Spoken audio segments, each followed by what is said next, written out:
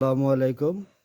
অনেকদিন যাবৎ আমার বিড়ালটা কিছু খায় না। তার জন্য আর কি দেখতেছি ওর গলার ভিতরে কি কাঁটা কোনো কিছু বিনছে নাকি দেখি।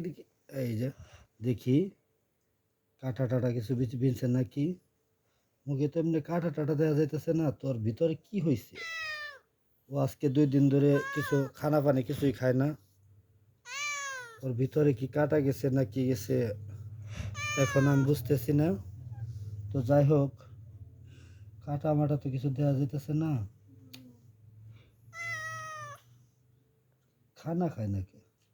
দাঁতের ভিতরে তো কোনো কাঁটা দেখতে পারতেছি না। তো আসলে সমস্যাটা কি ধরতে পারতেছি না। তো অনেক দিন ধরে মাছ টাছ কিছু খাইতে চায় না। এই দাঁতের মধ্যে কি যেন একটা দেখা যায়।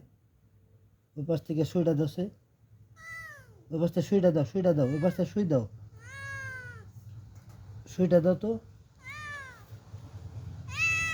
দিদি দাঁড়া। এই যে দেখতে পারতেছেন কি একটা অবস্থা। লাইটটা কই দেখি দিদি দেখি। এই যে তো বিলেটের জন্য আমার অনেক মায়া হয়। দেখি এই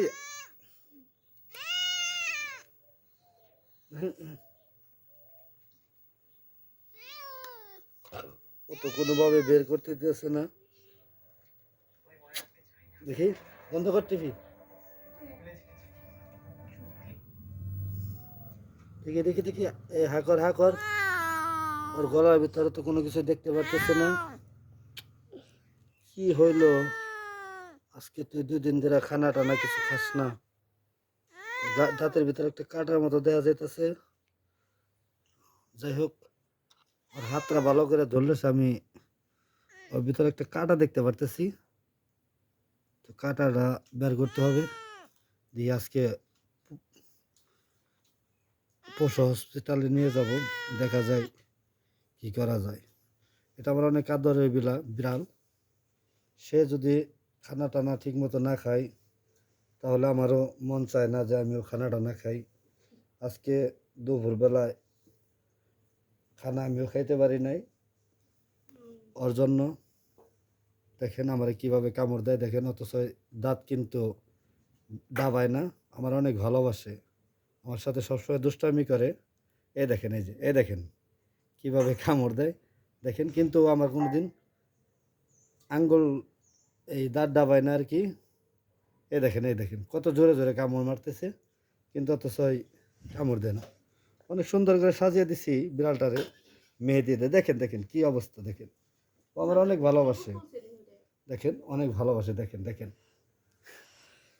এই বিড়ালটার জন্য আমার ফ্যামিলির সবারই অনেক আদর করে বিড়ালটারে। ওরে গোসল করে দেয়, কন্ডিশনার দেয়, অনেক কি করে। ওর জন্য সবাই দোয়া করবেন। আর গালের কাটার যেন বের হয়, ও যেন সুস্থ হয়। সবাই আমার বিড়ালটার জন্য দোয়া করবেন। দেখেন